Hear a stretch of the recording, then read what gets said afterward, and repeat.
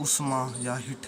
ऊष्मा ऊष्मा एक प्रकार की ऊर्जा है। यह केवल टेम्परेचर या तापमान के कारण ट्रांसफर होती है। यानी ऊष्मा एक प्रकार की ऊर्जा है। यह केवल टेम्परेचर या तापमान के कारण ट्रांसफर होती है। ऊष्मा का मात्रक है कैलोरी, जूल या बीटीयू। यानी ऊष्मा का मात्रक है कैलोरी, जूल या बीटीयू। बीटीयू फुल फॉर्म है British thermal unit. British thermal unit.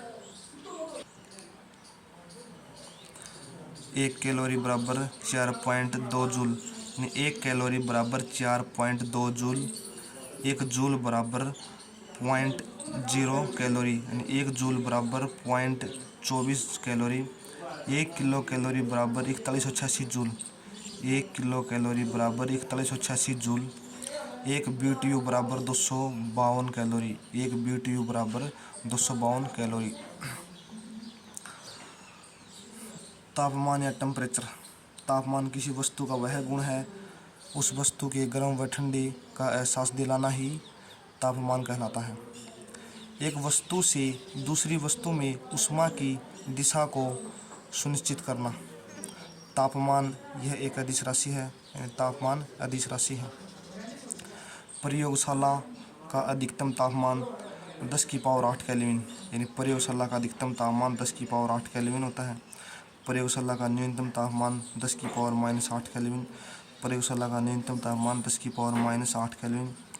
सूर्य के केंद्र का तापमान 10 की पावर 7 केल्विन। यानी सूर्य के केंद्र का तापमान 10 की पावर 7 केल्विन या 1.5 गुणा में 10 की पावर 7 डिग्री सेल्सियस। सूर्य की परिधि का तापमान 6000 डिग्री सेल्सियस। यानी सूर्य की परिधि का तापमान 6000 डिग्री सेल्सियस है। मनुष्य का शरीर का तापमान 47 डिग्री या 98.6 फ़ारेनहाइट या 310 केल्विन। यानी मनुष्य के शरीर का तापमान है 37 डिग्री सेल्सियस, 98.6 फ़ारेनहाइट, 310 केल्विन।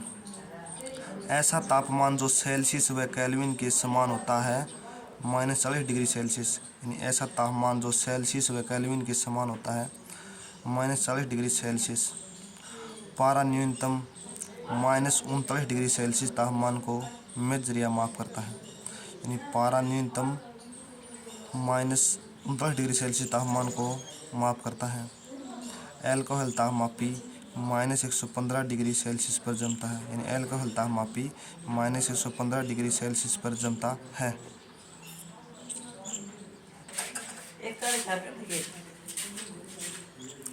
अधो बिंदु या जल का हिमांक, ऊर्ध्वा बिंदु या जल का क्वथनांक। सेल्सियस 0 डिग्री सेल्सियस से 100 degree Celsius. Celsius 0 degree Celsius से 100 degree Celsius. Fahrenheit 32 degree Fahrenheit से 212 डिग्री फ़ारेनहाइट। यानी फ़ारेनहाइट 32 डिग्री फ़ारेनहाइट से 212 degree Fahrenheit. Kelvin 273 degree kelvin से 373 डिग्री केल्विन। यानी केल्विन 273 डिग्री केल्विन से 373 डिग्री केल्विन। रोमर या रूपर 0 डिग्री रोमर से 80 डिग्री रोमर। यानी रोमर 0 डिग्री रोमर से 80 डिग्री रोमर। रेकिन 492 डिग्री रेकिन से 672 डिग्री रेकिन। यानी रेकिन 492 डिग्री रेकिन से 672 degree Rankine. 273 plus Celsius Kelvin formula. मनुष्य के शरीर का तापमान 37 डिग्री सेल्सियस है तो केल्विन में बदले। 273 प्लस 37 बराबर 310 केल्विन।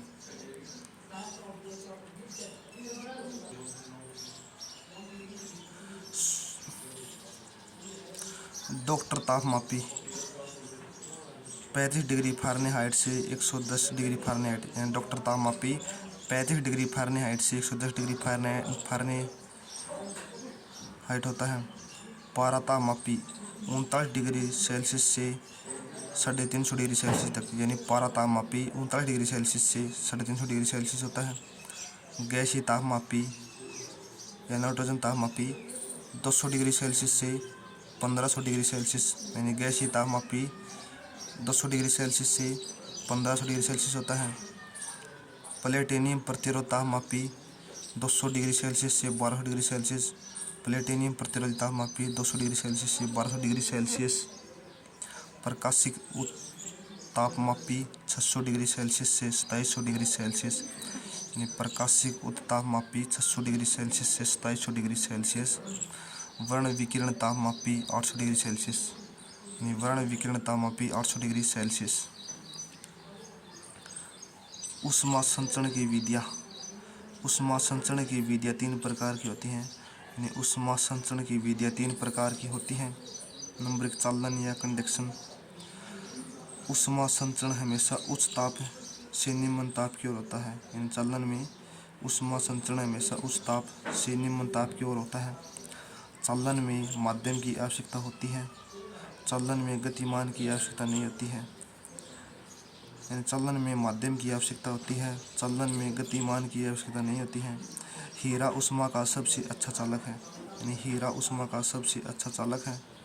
चालन चांदी पारा में अच्छा चालक है। यानी चालन चांदी पारा का अच्छा चालक है।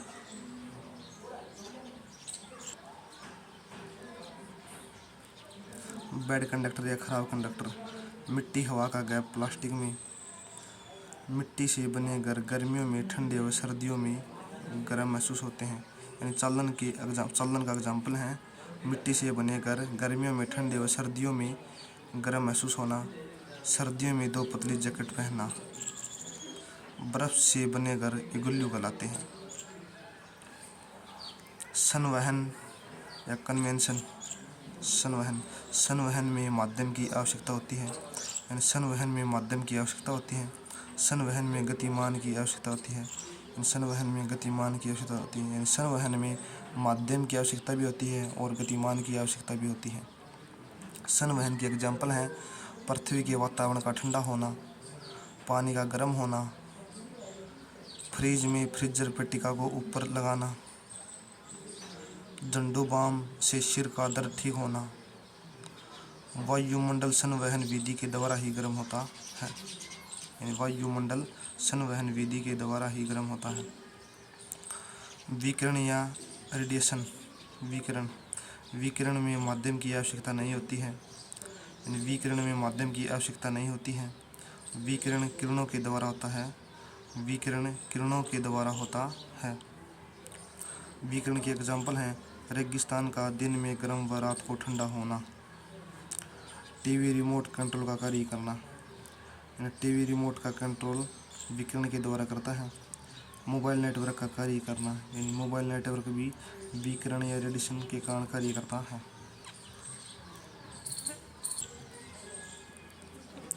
पानी का असामान्य व्यवहार। ठोस या सॉलिड, द्रव्य लिक्विड, गैस। यानी पानी का असामान्य व्यवहार ठोस, द्रव्य, गैस में होता है। यानी पानी का सामान्य व्यवहार ठोस, द्रव्य, गैस। यदि हम पानी का तापमान 0 डिग्री सेल्सियस से 10 डिग्री सेल्सियस तक लेके जाते हैं तो पानी के स्तर पर क्या असर पड़ेगा? पहले पानी का स्तर घटता है तथा बाद में स्तर बढ़ता है। यानी पहले पानी का स्तर घटता है तथा बाद में स्तर बढ़ता है। यदि हम पानी का तापमान 0 डिग्री सेल्सियस से 10 डिग्री सेल्सियस तक लेके जाते हैं तो पानी के स्तर पर क्या असर पड़ेगा? पहले पानी का स्तर घटता है तथा बाद में स्तर बढ़ता है। -4 डिग्री सेल्सियस पर पानी का घनत्व कम होता है, पानी का आयतन ज़्यादा होता है। यानी -4 डिग्री सेल्सियस पर पानी का घनत्व कम होता है, पानी का आयतन ज़्यादा होता है। 0 डिग्री सेल्सियस पर बर्फ़ जम जाती है। यानी 0 डिग्री सेल्सियस पर बर्फ़ जम जाती है। 4 डिग्री सेल्सियस पर पानी का घनत्व ज़्यादा होता है, पानी का आयतन कम होता है। यानी 4 डिग्री सेल्सियस पर पानी का घनत्व ज़्यादा होता है, पानी का आयतन कम होता है। 10 डिग्री सेल्सियस पर पानी का घनत्व कम होता है, पानी का आयतन ज़्यादा होता है। यानी 10 डिग्री सेल्सियस पर पानी का घनत्व कम होता है, पानी का आयतन ज़्यादा होता है। ऊष्मीय प्रसार या थर्मल एक्सप्रेशन। ऊष्मीय प्रसार किसी भी पदार्थ को ऊष्मा देने पर फैलना। यानी ऊष्मीय प्रसार किसी भी पदार्थ को ऊष्मा देने पर फैलना। गैस में तापमान बढ़ता है, गैस में आयतन बढ़ता है। गैस के एग्जाम्पल है गर्मियों के अंदर टायर का फटना।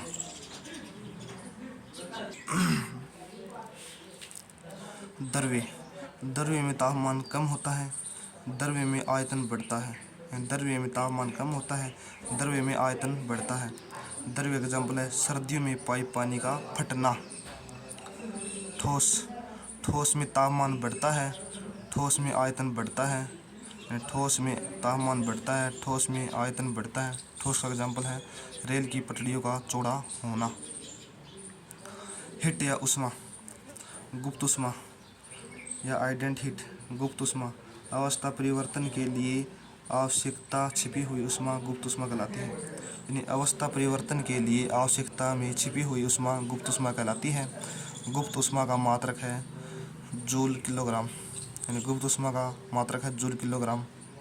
विशिष्ट उष्मा या स्पेसिफिक हीट, विशिष्ट उष्मा किसी भी पदार्थ का तापमान 1 डिग्री सेल्सियस बढ़ाने के लिए आवश्यकता उष्मा की मात्रा विशिष्ट उष्मा कहलाती है। यानी किसी भी पदार्थ का तापमान 1 डिग्री सेल्सियस बढ़ाने के लिए आवश्यकता उष्मा की मात्रा विशिष्ट उष्मा कहलाती है।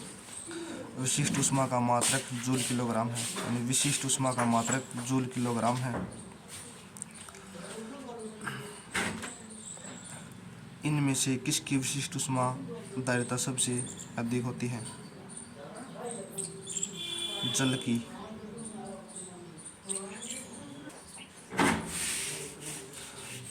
तापमान मापा जाता है थर्मामीटर या तापमापी से। तापमान मापा जाता है थर्मामीटर से। सेल्सियस पैमाने का आविष्कार सेल्सियस ने किया था जो स्वीडन के थे। फारेनहाइट पैमाना का आविष्कार फारेनहाइट ने किया था जो जर्मन के थे। पहले सेल्सियस पैमाने को सेंटीग्रेड पैमाना कहा जाता था। यानी पहले सेल्सियस पैमाने को सेंटीग्रेड पैमाना कहा जाता था। त्रिक बिंदु वह बिंदु है जिस पर तीनों अवस्थाएं ठोस, तरल एवं गैस तीनों एक साथ पाई जाती हैं। यानी त्रिक बिंदु वह बिंदु है जिस पर तीनों अवस्थाएं ठोस, तरल एवं गैस तीनों एक साथ पाई जाती हैं। उबलते जल की अपेक्षा भाप से जलने पर अधिक दर्द होता है। यानी उबलते जल की अपेक्षा भाप से जलने पर अधिक दर्द होता है क्योंकि जल की अपेक्षा भाप की गुप्त उष्मा अधिक होती है। यानी भाप की गुप्त उष्मा अधिक होती है। आपेक्षिक आर्द्रता मापी जाती है हाइग्रोमीटर से।